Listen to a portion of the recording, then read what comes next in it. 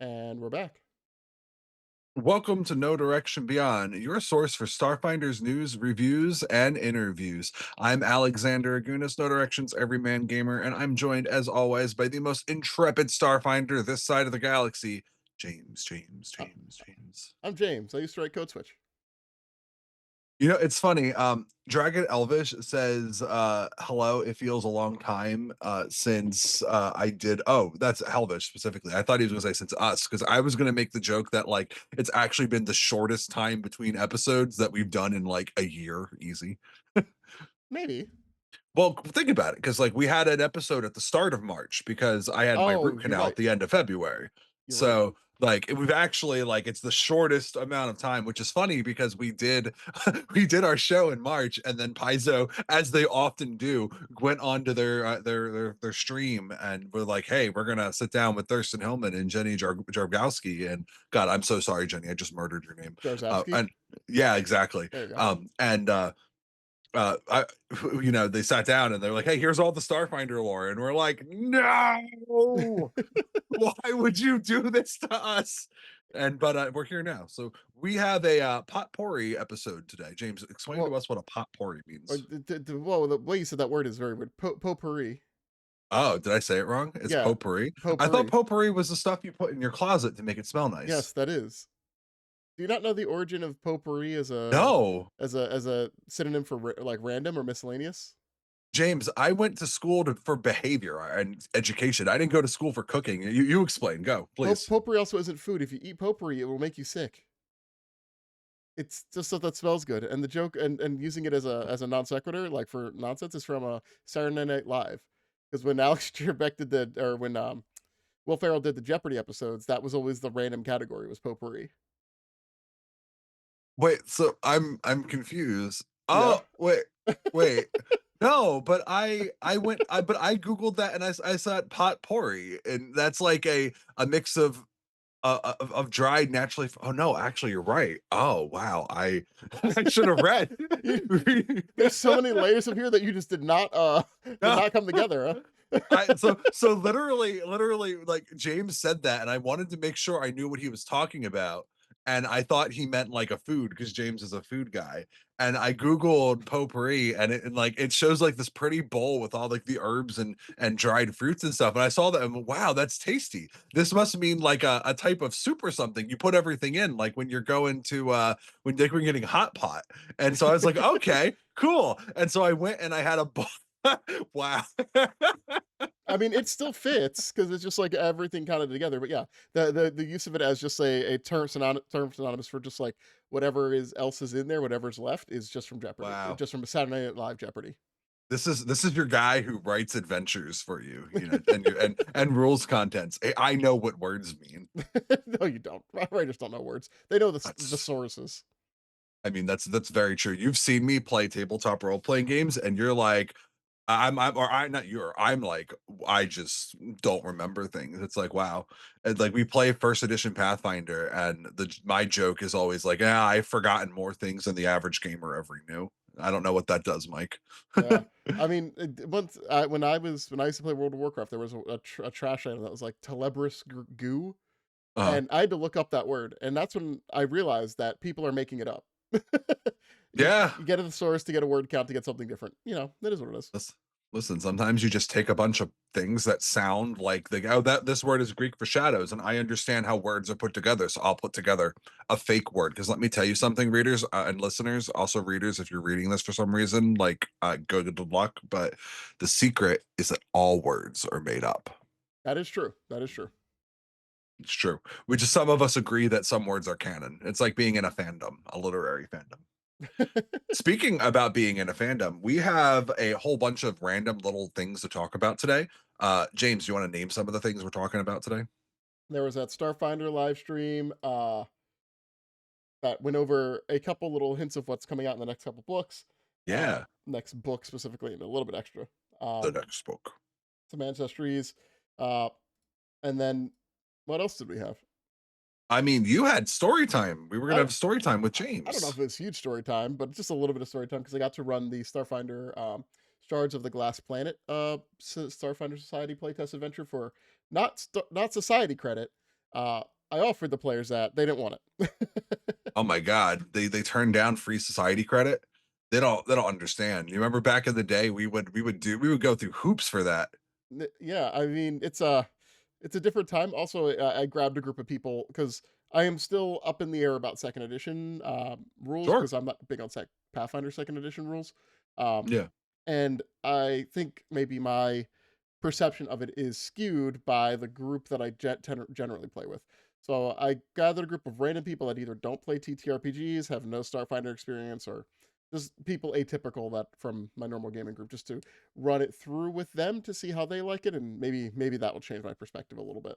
I am excited to hear what you think, because our in our typical group, I definitely have a different opinion than most of the people, but not super different, but definitely different. So I'm excited. Maybe we'll wrap up with talking about opinions and things, which is why my tagline for this show is news, reviews, and personal views. Oh, I bet Ryan Costello is really going to love that when he sees it. It's really good.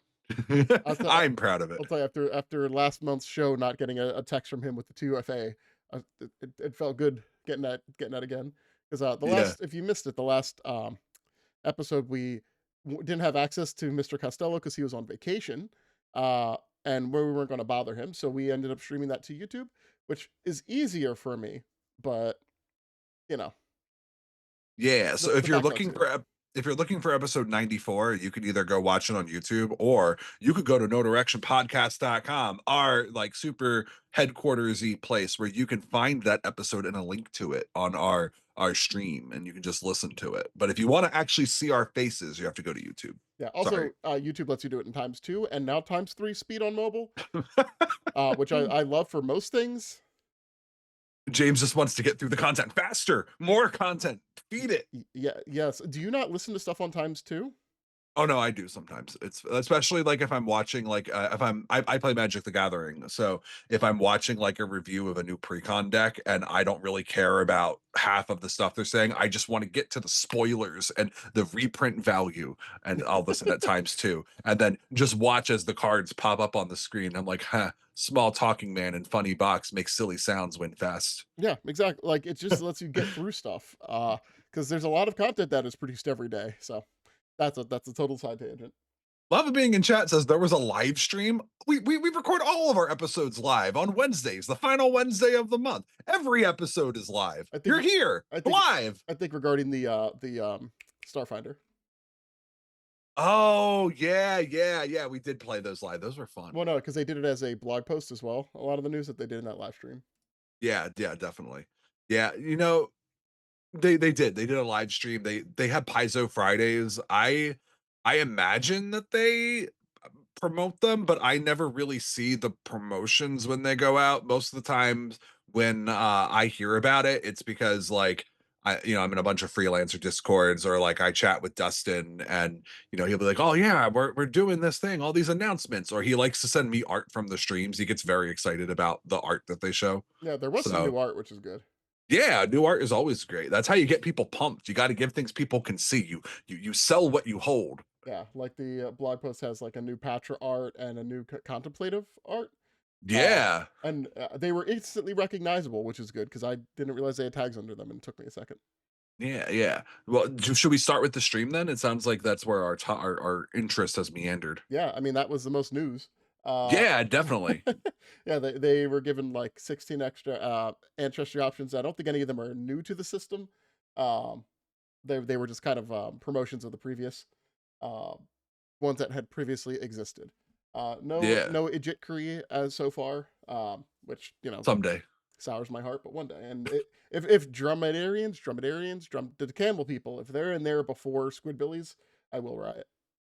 I feel like the camel people are like they're in a book, yeah, but I think that at most they were in one Starfinder Society adventure, whereas the Ijtikris are like one of the primary races of the Veskarium. I would be shocked if the camel people got their book first. I know you hate them. Yeah, that word is also weird because dromedary is a type of a camel, dromedary, and maybe the genus.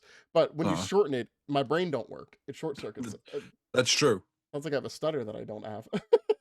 Yeah. So, first thing that we have learned is that there's going to be an adventure coming out relatively soon called Guilt of the Grave World. It is an all-in-one book adventure starting at first level, focused on discovering the dark secrets of Eox, the Grave World. It is a lot about Zoe. James, now have you done a lot of Starfinder Society's adventures with Zoe? I did the first couple. I haven't done Society since season 3, I think. Yeah. I around COVID is when I stopped as well. Now let me ask you, if you had to describe Zoe in 3 words or less, how would you describe the undead media mogul? Bob Barker, but mean. That's good. That's really good. So, he's a very I think it's fair to say he's a pretty popular character in the Starfinder universe. Would you agree? Not like Oh in, yeah. but like among the fans. Oh yeah, definitely. Yeah. So he is a relatively popular character among longtime Starfinder players, and he basically is this undead who lives on the undead world of Eox and has stuff everywhere.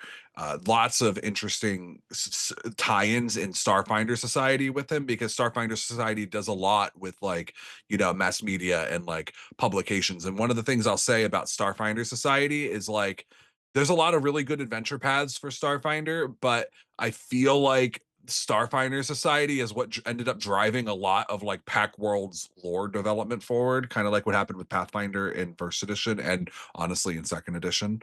Uh, so you have this character who's featured in a ton of scenarios, such as I have never played this one, but I absolutely adore its name. It's called Zoe versus Zoe. So what happens is that there was Zoe is obviously it's ZO exclamation point is his name, and he is like this major pop culture character, and Triaxis has a city called Zoe on it, and so Zoe tries to sue the city of Zoe for rights to his name. And I do not know how that adventure ends. I only know of that plot hook, but this is what you're dealing with when you deal with Zoe. And so this adventure goes into a lot of like Zoe's background, which is interesting because it's called Guilt of the Grave World. So it makes you wonder, does Zoe have anything to be guilty about? We do know that rumor has it, according to Thurston and Jenny, that the current rumor is that Zoe predates the Gap, and he has been on air since television came to Eox, and he's particularly into games and death matches. If you are into the second edition playtest, Wheel of Monsters is one of the playtest scenarios, which is basically a game to test how combat works, and the players are contestants on one of Zoe's shows called Wheel of Monsters, where they spin the wheel and that's what you fight. So long history for this. Yeah, I mean, there's also a And Society scenario. I think 2 where you're in his game shows. yeah, definitely. Yeah. I think in one of them, like, does the society end up owing him a favor and that's what he requests? Yep. Yep. Hmm. Yeah. And then we also know that he starts off as someone the characters don't really know other by their reputation. Like they obviously know who Zoe is. He's like, it's like someone asking you who Taylor Swift is, like the basic stuff. But he becomes something of a mentor figure to the players, which is also interesting. Apparently, there is a connection to the Starfinder playtest, specifically to the Wheel of Monsters adventure. And yeah, apparently it's very rustic is what we were told. It's like synthwave rustic rock in the vibes of the adventure, which is an interesting thing to say. It's definitely hard to give like a musical impression in the writing and in the adventures. So I'm interested to see what this looks like for this adventure. Yeah. Yeah. This the one that's all in first? No, this isn't the one that's all first level, right? No, this one No. is 1 to 5. The one that's all first level is murder in Metal City. That's it. That's the one Lava Being in chat is talking about, which is like a boxed adventure that's like a special thing, but Hmm. it's only first level. Okay.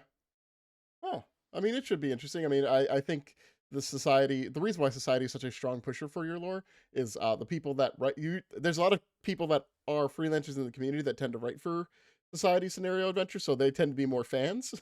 Mhm. So it's just a more feedback loop of people more familiar with that product, Yeah. because not everybody is familiar with every product their company works on. Like that's just it's unreasonable to expect anybody to be when you produce so many things.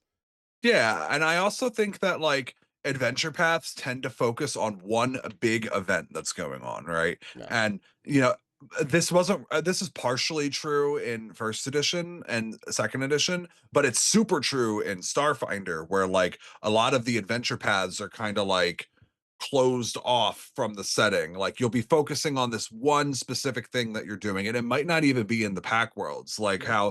how Attack of the Swarm takes place in one specific star system that we've never heard of before this adventure, or how Signal of Screams involves yourself with like corporate one specific corporation that you are investigating. And Yeah. a lot of these adventures, like they're probably things that'll end up on the news, but they might not necessarily make you like interplanetary hero, you know what I mean? Yeah. like Dead like there are Sun's being the exception there. well, the thing with Dead Sons is that I don't remember. Did Dead Sons end with you getting like your Star Wars medal awarding ceremony? I don't Yeah. remember. Yeah. Okay, yeah, the Dead Sons is definitely an exception to that. I imagine Devastation arc is too, because isn't the story behind that one that like a massive alien spaceship comes to blow up Absalom? Yep. Hmm. Yeah. So like there are definitely stories out there that like push the setting narrative forward, but a lot of the adventure paths are smaller stories. Yeah. Like I don't know how, obviously we never got to the end of Against the Aeon Throne. Stellar ended after the first book, but like I kind of wouldn't be surprised if that one kind of ends as just you're a bunch of plucky heroes against the evil empire and that's it. Yeah. No spoilers, but I think it just ends with you making sure that those places aren't under their control because they still Yeah. exist. There's no changes really on that front afterwards, which is no, once again totally fine. Yeah. So sometimes I think for Adventure Pass, it's important to not go too hard on story changes because these are going to be Sure. a lot of people's first introduction because home games still are that important for that reason. Yeah, what you know what's interesting though is you can kind of look at Drift Crisis as sort of like an exception to this rule, where Yeah. Drift Crisis kind of was Paizo's experiment with the modern Pathfinder 2e event book, right? You Mhm. know, everyone likes to go, "Wow, Paizo was so innovative in Pathfinder when they came out with War of the Immortals, and that details the God's Reign, where Gorham gets killed and his blood rains down on worlds that he touched, giving mythic power to things." Or the what is it? The Elemental book, whose name I don't remember, Rage of the Elements, where this book is all about like suddenly the elemental plane of metal and wood manifests after being locked away for a long time, and this is all that's happening here. And like those event books are cool, but it also wasn't the first time it happened. That was Drift Crisis, where that entire book is about a setting event in Pathfinder, which is suddenly the drift doesn't work. And what does that mean? And what does that do? And that event gets resolved in an adventure path. Yeah. Yeah. And an adventure path. You know, you can't see me if you're listening, but I'm like gesturing to me because I wrote the adventure that ends the drift crisis. But you know, it's kind of like it's cool. It's like a thing that Paizo has done, and Starfinder was at the forefront of it. So I would expect going into second edition that they're probably going to carry this idea of doing big, like bombastic setting event books going forward. What do you think, James? I mean, I would like that. I mean, I'm up for anything that they kind of throw on the table. Yeah. I don't mind the smaller stuff. I just want to see it get made. Yeah.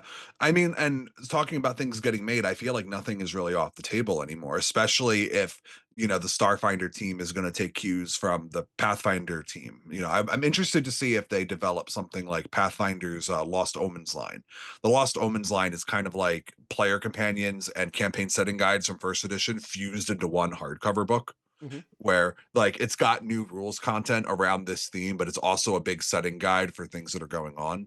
Hmm. And, you know, one thing that has me interested is that we know going into second edition, one of the big events is that one of the playtest adventures is about hostilities erupting between the Vescarium and the Aslanti Star Empire, right? Hmm. And it just so happens that Pathfinder second edition's new book coming out this fall is or it might even be like in April. I don't remember whether it's the Gen Con book or the spring book, but the book that's coming out is I think it's called Battle Cry, and it basically details about how Gorham's death in War of the Immortals causes like unchecked aggression and war to break out over Galarian. And so I think like there's a major like war coming. And from the front cover, there's a lot of Eagle Knights on the front cover of that book. It makes me think that, and if they haven't announced it, I'm not sure, but my guess is that if you're going to have Andurin go to war with someone, it's probably Cheliax, right? Probably, but who knows? I'm Listen, I mean, once again, I don't play Pathfinder Second Edition, so I'm not up to date with the setting. I don't think sure. that setting strength is mass combat in that way. Mm, But you should still try things. So hopefully yeah, it comes definitely. through and people like it. Yeah, definitely. Um, there's also a bit of notes about the Zoe adventure. They mentioned that it's not going to be all undead all the time. It's a major theme, but you're going to meet other factions and things. And it's they said that regardless of what character you're like, what faction your character is from, you start be working for this kind of like dwarven mining conglomerate on Eox, which is pretty funny. Yeah, it is weird that they're just there, just chilling on the planet of the Yeah, undead. they're just chilling. Apparently, they want you. The adventure starts with them wanting the players to investigate something odd they found in the diaspora after the birth of the newborn, Hmm. which is the whole events of the Cosmic Birthday playtest adventure. Oh, Yeah, that'd be interesting to see how it develops. definitely. Apparently, one of the factions is the Corpse Fleet. They're back! Yay! Hooray! You guys will see Betty again. Oh my gosh, it's Betty. Betty. Oh god. When James ran Dead Sons for our home group, Betty was like a undead Elibrian that did we press gang that man Yeah, into our crew? I think we you did. kidnapped that man after he failed to board your ship. Yes. He tried to board our ship and we beat him up. And see, that's right. He showed up in one of those little Eoxian coffer ships, Hmm. coffin ships. Hmm. So good. And then I don't even remember why he stuck around. Wasn't it because Robin threatened to kill him? Yeah, That sounds like Robin. and he couldn't go back because he'd just be killed for not completing his job. he, we were he told us his name and Robin goes, Betty is better.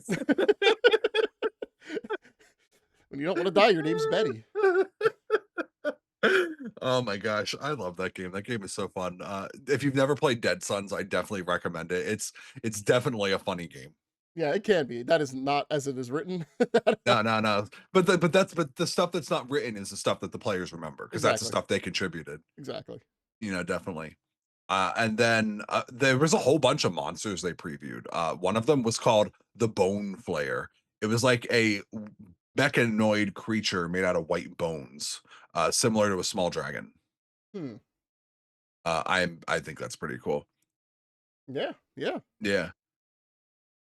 Apparently, someone in chat asked us earlier, I believe it was Lava Being. They asked us if there was like any versatile heritage announcements. We have been told that this book that's coming out, The Undead Adventure, Guilt of the Grave World, apparently it has a big toolbox for playing undead characters that are player character options in Starfinder. We have been told that there is at least one ancestry and at least one versatile heritage. The ancestry is the peoples that lived on Eox before a magical weapon destroyed their atmosphere, which I think that's the Elibrians, Yeah. right? I believe so. Yeah. Yeah, definitely. We also know that the toolbox has a bunch of items, including Zoe paraphernalia. One of them is called the Bone Speaker bobblehead. The art that goes with it is apparently just a little bobblehead of Zoe that Thirsty has lovingly named the Zobblehead. That is good. That's good. And you can market that. That's Yeah, you marketable. can. Absolutely. You could like so it's kind of like how everybody was like, "Oh man, we need a plush of Jumanji, Lenny's panther animal companion or Hmm. big cat animal companion." Hmm. And people just kept asking for it and eventually it happened. Like a Zobblehead, you can market that and make a Zobblehead. Let people buy Zobbleheads or Zobleheads. It's probably Zoblehead. Yeah. Zobblehead sounds. It rolls off the tongue better though. Yeah, it definitely does. So one of the parts that's apparently in this this section is in a fantasy world. If you'd want to use divine magic, you typically use holy symbols and talismans. And so one of the questions is, what sort of things do we have around us in the modern world that act like holy symbols and talismans? And if you want to invoke the personality of a person, why not a bobblehead? This item will be in the adventure and as part of a generic toolbox for adventures on the planet. Okay. Bobblehead. Apparently, Thirsty has been very excited to say that there is a Pathfinder Easter egg in Guilds of the Grave World as well. Oh, I wonder if that actually goes to pre-drift stuff. Hopefully. Could be. That'd be very exciting. Yeah. Yeah. Another thing that was announced at the very end of the stream is that April 21st will launch the Tech Class playtest featuring the Starfinder Second Edition Technomancer and the thing that I found, it said Mechanist, but I thought it was the Mechanic. I'm gonna go with Mechanic until proven wrong. I'm gonna say Mechanist. You're gonna say Mechanist? Sure, You why think they not? changed the name of the class? Why not? Oh man, oh man. It's Fighting it's words. it's it is it is different than the other word mechanic, right? I do think that having a player class named the Mechanic, which is just a regular person job, was always confusing Yeah. because it makes you think that you can't be a mechanic without being a capital M mechanic. Yep. I think that when I hear mechanist, I think somebody who builds a giant robot. Yeah, And you think like an artificer or something, right? yeah. So I honestly, I'm hoping that it will be the mechanist. I think that if they change the mechanic class to the name to the mechanist, that's fine. I'm on board with that change because I think that the word mechanic was just too generic. Yeah, I want to see how they do the robot companion if that is an option that is available at first level. Because how does it work in second edition with animal companions? In second edition, how it works is you have like a base stat block, and the stat block has a special action that your animal companion can take, and it's usually a support ability that it does something that helps you. So, like an example is that the bear gets a bear hug ability that it can use to restrain things, or the cat gets an ability to like pounce on things, and basically all of them have this. And then there is that's considered in their juvenile stat block. So like you start as like a juvenile animal when you're low level, and as you level up, the animal either becomes, I think it becomes advanced, and then it becomes either agile or savage. You can pick which one you get. And as you get these improvements, the stat block adds additional things that are custom to that creature. Okay. So like the creature's stat block will have the base stuff, and then it'll say like advanced improvement, savage improvement, that kind of thing. Okay. But is it like just an extra character in the initiative or?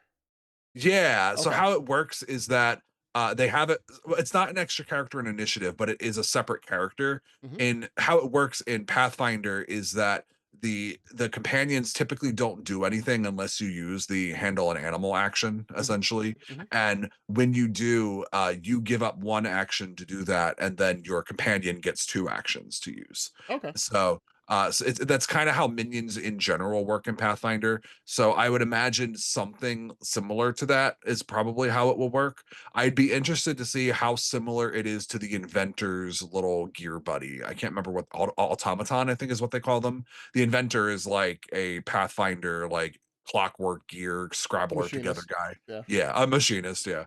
Although I think machinist sounds better for Starfinder than Pathfinder. So I'm glad they did inventor instead. Okay. So Yeah. that's what I'll be interested to see how that handles that with. Yeah. I think that one thing that I heard frequently when people were talking about the second edition playtest is that the Technomancer and the Mechanic were missed. Like I think that when you have core classes and you choose not to have them in your core game, that's something people are always going to be a little bit like salty about. Hmm. And it was even true in Pathfinder Second Edition Remaster when they updated all the rule books in order to get rid of the Wizards of the Coast content that they could get sued over. They took the Advanced Player's Guide and the core rule book for Second Edition Pathfinder, and they took all those classes and they split them up between the two books based on how easy would it be for us to update them. And it just happened to be that like the sorcerer and the alchemist and the champion, which is their version of the paladin, needed significantly more work than say like the witch or the wizard or the cleric. And so all the classes that were relatively easy to update that didn't require major changes got put into the core rulebook, and all the Mm, classes that were going to need major updates, including several that were originally core classes and have been for almost 2 decades, got put in the advanced book. And so there was a lot of grumble about that, but I think it was the right choice overall to make yeah. sure that It's just like base pragmatism, right?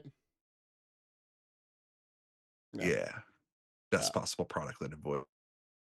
Yeah. And it's just like being pragmatic about what you need to do. Um, Definitely. I will say from my limited experience, I haven't missed the Technomancer. Uh, Nah. because Magic wasn't powerful in first edition, so like You not know, having it in I've second is I've played a Technomancer in second edition, or in Starfinder rather, in first edition Starfinder for one of my games that I played with Leo Glass, who used to be a Paizo editor, and I do kind of miss it because it was fun, but also at the same time, I'd rather them do it right because I felt like the Technomancer was just the wizard we had at home in first edition Starfinder. yeah. It and also the Witch Warper exists, and the Witch Warper I think is in a more unique place. And when you can just import classes from first edition or second edition Pathfinder, it wasn't really missing it. Mechanic was a bit more because that is the pet class, and Yeah. a lot of people like that. But like not having a Technomancer, like as somebody who would not who wasn't familiar with first edition, not seeing that was jarring, and also all the Technomancers that I've ever used were just junk sword idiots. So I'm sorry, I'm not sorry. I'm sorry, I'm not sorry. yeah, It's all my fault. and lobby in chat. As far as stronger, yes, because there's higher level spells, and Much. yeah, Yeah, I mean, like in first edition Starfinder, magic stops at level 6. You often had spells like redesigned and rescaled to fit that parameter, but for the most part, man, like magic was just never as good. It kind of had it has this issue where Starfinder has the saving throw bonus progression of like Pathfinder second edition, but it doesn't have a degrees of success system that allow you to still do cool things when you fail. And eventually Starfinder figured that out. Like towards the end of the game, a lot of spells would be like, even if they pass, this thing happens. It's fine. yeah, Like you still get an effect. But a lot of the early spells were just save or suck. yeah. A One of lot of the save the gate. reason yeah, and that's one of the reasons why the Technomancer kind of devolved into a junk sword build. Like junk sword was an effective way to have a weapon that scaled that didn't cost against your money, and your enemies couldn't pass a saving throw and waste your spell slot with it. Like I think that like when people talk about junk sword, like oh Technomancer shouldn't be this martial class wielding swords, it's like well that's kind of the fault of the design of spells in Starfinder, Yeah, you know. yeah. It was the most usable option. Yeah, absolutely, 100%. You just buffed yourself and then took your junk sword and you put it through somebody. Yeah, Very. But overall, I'm excited to see more from Guilt of the Graveborn. I think it's going to be pretty cool. And it sounds like we're going to get treated to a suite of adventure content pretty quickly in Starfinder Second Edition. It's pretty cool. good. Give us options. Give us options to start off with, because I think one of the like things that puts you into a corner is when you come out with something new and there's one adventure. Yeah, If it's not something that yeah, immediately grabs people, you've already lost them. And true. you give people options because if they like it, they'll come back around for the other one. Yeah, exactly. Especially I think especially this is true for adventure paths where it's not really it doesn't happen quite as much anymore because the classic adventure paths where we put out a new volume every single month, and that's still what Pathfinder Second Edition does. We'll see if Starfinder continues with like the model of what is it called Mechageddon, where everything was published in one big book and released all at once, Yeah, like a right? Like compendium. yeah, but I think that ultimately it it kind of hits this situation where I mean I'm just thinking back to first edition Starfinder where it came out with what like two society scenarios and volume 1 of Dead Suns, and then there was nothing new until like October when volume 2 of Dead Suns came out and and one more society scenario came out. Yep, because it was one society month, if I remember right. Yeah, they bumped up production real quick Yeah. based on demand, but you might argue that it was already too little, too late by that point. Yeah, I mean, it was in a tough spot because it's a new IP and it's sci-fi, and sci-fi is a little bit harder for a lot of people to get into, especially when there's not a tie-in video game or something else. True, true, big true, big true. Now, that's basically the rundown of the big news thing. They spent an hour talking about this Guilt of the Graveborn, showing off art and whatnot. I think this is a good time to transition to. I want to hear about you GMing, because when we did our games all throughout last playtest season, I ran all the ones that we did and you played. Hmm. So now I want to hear what it was like for you to GM. Uh, Tell us your experience. yeah, so I GM the Shards of the Glass Planet, the first playtest scenario, first level, nice and easy. I gave them the options of creating characters. I don't know the character creation rules, so I was going to go through it with them. They all elected to use a character. Somebody tried, and then was like, "I don't want to read that much." That's fine. That's totally fine. I gave them all the pre-gens. I let them, if they wanted to change out gear, if they were looking that they could. I got a group of somebody who all these people were familiar in different ways at role playing games. I know one Mhm. person has played exactly 5 games, one that has played 2 games because I think Mm, I've run all of those games for those people over the last 15 years. Whenever mm, I've dipped them in. One was a new person that I met that's familiar with role playing games but not sci-fi. yeah. And then somebody else who is familiar with sci-fi and role playing games just hasn't played in a while. They had chosen, in speaking with all of them before, I made them talk to each other about who they're picking. 3 of them wanted to be ESEF. No, not creepy foot guy. Yeah, yeah, just because it is easy. Uh, That's fair.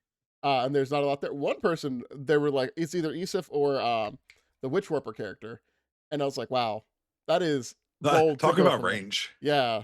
So they ended up playing the Witch Warper character and had a good time with it.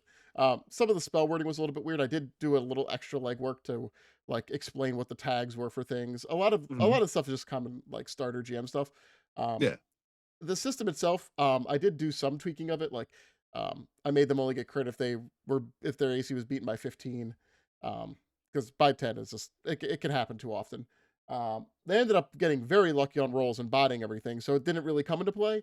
When they were at the end when they're asking about those rules, I'm like, yeah, things can torpedo. You fought this one thing, and if this thing had rolled a 13 instead of an 8, that would have been a crit. And look, that damage would have actually knocked you unconscious. And they're like, oh wow, that is swingy. So, Yeah. they did have Chick Chick's son, so they did have a healer. He didn't really get to do much healing, but he got to do cast gun and other spells. I also let them, if they wanted to, choose new spells. Because But did he draw the pain glaive? no, he didn't do any melee. Uh, Oh my god. yeah, most of them are melee averse, except for the soldier. Soldier, yeah, the person. No, not even the person that played the soldier. Who was the last one? They didn't do a lot of melee. Basically, everything kind of exploded when they got near it. They rolled out of the park on that. Also, all the skill checks rolled out of the park on it. Um, I wish there was a little bit more art in that book, but I understand why it's limited. You can only do so much. And to be Yeah. fair, I think a lot of the things you're never going to see again because it's a first level intro replayable scenario. So Yeah. I did have to do a little bit of drawing to make sense of certain concepts, but it's a fun first level scenario. Doesn't dive too deep in any lore, um, and it does enough, I think, to get you into the groove of that. There's more there, so we didn't get slowed down a whole ton because, as I kind of told them, I'd rather just make a snap decision. We'll get back to the actual rules later. Um, but there was nothing that was a real hindrance. Everything there made sense. Um, and as much as I decry it, the Starfinder second edition system, which is based off the Pathfinder second edition system, is a perfectly serviceable system. It's not a bad system Mm, by any means. Um, sure. in fact, it is one of the ones I recommend to people when they talk about playing role playing games, and they're like, "I don't want to play D&D." It's like Pathfinder second edition is the first one I link them to because it is Yeah. similar enough, it is simple enough, and it has a bit more crunch for when you get in there. I'm just a salty grognard because it's different from 1E. Yeah, it's different from 1A. Yeah, it's not me being a stupid multi-class, a barbarian, blood rager, oracle, so I can go rage prophet and rage with ninth level or eighth level spells in an anti magic field. Like it doesn't let you do that stuff, but maybe that's the point. Yeah. I don't know. Your character also requires a surprisingly big brain to play in that game because you've got like 3 pools of rage. I have 2 pools of rage. Thank you very much. Oh my gosh, it only has 2 pools of rage, everybody. Hear that? They're different. One's a blood rage, one's a standard rage. I know, it's very funny. And I love it. the blood rage can make people scared. I know the many people have feared the deep ocean because you've yelled at them. Yeah, you give them what is that? Thalassophobia? Yeah, thanatophobia is fear of death. Thalassophobia. That's amazing. Yeah, that's very funny. Yeah. Well, and so let me ask you, did any of those players like seem like they'd be interested in playing another game with those characters, or were they all like, "This was fun, goodbye forever"? So we actually I shanghaied them in as a set of two because the next one I'm going to run is the second of the society scenarios at 5th level. So I'm going to give them the option to Oh, either build their own characters or level up the pre-gen from the 1st level or just take the 5th level pre-gen. Once again, I'm doing this very free. We're just playing around in the rule system, getting a little muddy. Um, yeah. so the next one is It Came from the Vasp, which is a lot spookier of a scenario. I feel like there's one or two people, that's like half the group there, that would like a little bit more role play heavy scenarios, but it looks like those are probably for later on because you're doing more mechanical based testing Oh, on the absolutely. playtest Yeah. games. Um, but Unfortunately, you don't need to play test role playing. yeah, It works. yeah, People have done it for thousands of years. yeah. The bit that we got into, they were good at. That's where they really felt at home, coming from other systems. Um, but I would like to see because there are some abilities that are based around role play as well. So Yeah. to see how those actually stack up would be nice, but I don't think we're going to get that out of this. So I'm currently scheduling that game. So probably by the end of April, beginning of May, I should have that experience under my belt of a higher level where I actually have to remember what conditions do, Hmm. because they probably won't just blow up everything in 2 rounds. So let me ask you, GMing a game in second edition, what's the thing that you missed most from either first edition Pathfinder or first edition Starfinder? Hmm, what I missed most from those editions. I think it was the gear. Hmm. There wasn't a lot of A hot gear. take. Yeah, there wasn't a lot of gear in in the scenario, and that it makes sense for the scope of the scenario, Mhm. and the things that you fought. But there wasn't anything for the players to get from fights. Ah, Besides, yay, congratulations, you've beat the thing and you've solved the puzzle with violence. There's you nothing. did it. Yeah, there's nothing that they really could pick up and go, oh, this is cool. This feels like an upgrade, or hey, I got something I can use. And yes, I could have added that, but I'm running this scenario. I'm doing enough already. So it was gear, but once again, it's probably a playtest thing. Hopefully later on you find more stuff that's more gear oriented. I could see it coming in this new scenario. There being an armory or repository of some sort, so that people Mm. can play around with stuff. Because that's another part of it is just like people like to feel like they're advancing, and um, it's hard to do that within a scenario. Mm. And gear Well, is the easiest way to kind of accomplish that. yeah, Lava being in chat says that one thing they always want more of is consumables. So like those items that you can use, even if they're just minor little guys. Yeah. Now, let me ask you, coming from Pathfinder First Edition, Starfinder First Edition, what change in Second Edition do you think is the best change? Like, what was the thing that you were like, "Gosh darn, this makes things easier"? I don't know about easier, but I think margins of success is just a better way to play these games. Yeah. I don't like the crit failure part of it. I don't know why you treat players and enemies the same, despite the fact that they're built different. Mhm. And it's a system that is really built around having NPCs and PCs be different, but they're falling under the same rule, which I don't agree with. Hence why I made that 15 to crit. But the degrees of success, and that being baked into skill checks for the scenario, really made people feel good when they did good. Yeah. So I enjoyed that where Starfinder it is just kind of yeah you did it, yeah you didn't, and then I'd have to ad lib that. The fact that that's built into a lot of the things, um, either spell related or scenario related, Mm. I think was the best kind of increase there. Mm. I had to remember You know, what dice rolls they did, but you know. yeah. If you want to tell James and I what your favorite thing about second edition or your favorite thing that you missed from first edition is, you should definitely join our Discord where we have the chillest Discord. You can find a link at nodirectionpodcast.com. There's a banner. You click the button, it brings you to our Discord, and you can literally message James and I whenever you want. Almost nobody does this. I literally say this every month, and nobody's like, oh, we're going to message James and Alex. Like, everyone's just like, no, we're going to sit quiet. We're going to be very calm and no, do Do it. If you message us, we will answer. It might not be immediately, but you'd be surprised how quick it will be, because that whole section is just getting very dusty, and it needs you, dear listener, to dust it off Yeah, with yeah, your ats yep. at me, bro. Now, my thing that's going on is actually not related to Starfinder, but I'm very excited. I wrote and as part of a Pathfinder Second Edition adventure anthology that is coming out. I think it's coming out next month, with the same month that Galaxy Guide is coming out. It's very exciting. It's called the anthology is called Claws of the Tyrant, and it's basically a set of three linked but adventures, but they are not the same adventure. Like, it's not like a path where the characters are expected to go from 1 to 2 to 3. They're linked by their main villain. And if you've played the Bloodlords adventure path, you might know of Saldig. He is a Grave Knight spy master in the employment of Geb, the undead nation, and we have a lot of fun with him in the Gravelands. My adventure is the first level adventure called Gravelands Survivors, where you are coming out of a bunker in the Gravelands several years after it got destroyed. Last wall fell, and enjoy. You've got to survive. You got to get out. Can you do it? I don't know. It's pretty tough. I'm very excited. Yeah, that's cool news. Yeah, I'm very excited. I like doing content. One of the things that's fun is I got a PDF and got to like look through, and sometimes like you write things and like you're in such a blur that you kind of forget what you wrote, so you pick it up and you go, wow. And then I like every now and then I'll look at the things and I'll go, oh, did they develop that? That's really good. The developer must have did a great job. Oh, I wrote that. That's in my turnover. I did that. And so I think that Graveland Survivors has some of my best prose ever. Mm, I have a section in this adventure where I kind of give you a rundown on like setting the stage, and it has a line in like the first couple paragraphs that I love. It's very good. When it comes out, I'll definitely talk about it more.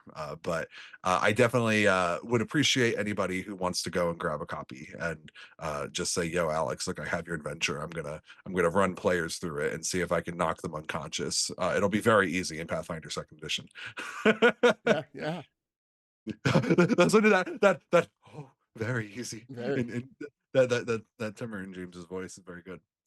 So I guess what I would like to do going into next month, this looks like a really good time to remind people that what we had said earlier about the Technomancer and Mechanist playtest is going to be coming out in April. So it looks like if we look at our charts, that would be coming out like the 21st, which is the second to last Monday in April, and our episode would be April 30th. So that'll give James and me a week to look at the playtest document, which means we're gonna have more content. I'm so excited. We're ready. Yay, I would clap, but it would blow out the audio balance. Right? Just imagine just silent clapping. It's very good. Now, that's going to be our plan for that. And then May, we're looking at the Galaxy Guide will probably have been released by then. I believe May 7th is when that book comes out. So we'll have Galaxy Guide to review in May. And then I hope by June we'll be able to get an interview. I would love to have some Paizo people come in and help us hype up this game as we approach August 2025, because that is when Starfinder Second Edition is unleashed. And I imagine that James and I will probably, because that book will come out at the start of the month, we'll probably do a big review episode that month.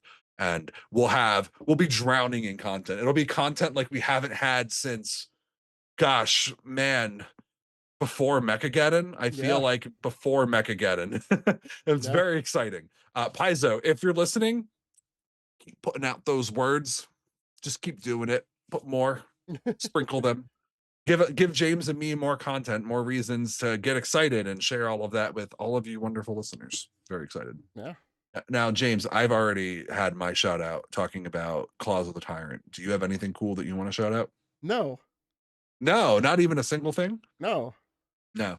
Okay. Well, then normally we would like to go for an hour, but we're at the 50-minute mark, and James and I hit all of our potpourri time. I did it. Potpourri, not potpourri. All of our potpourri targets for today. So uh hopefully, I already did the plug for the Discord. Come in and join us. And I guess until next time, go beyond with no direction.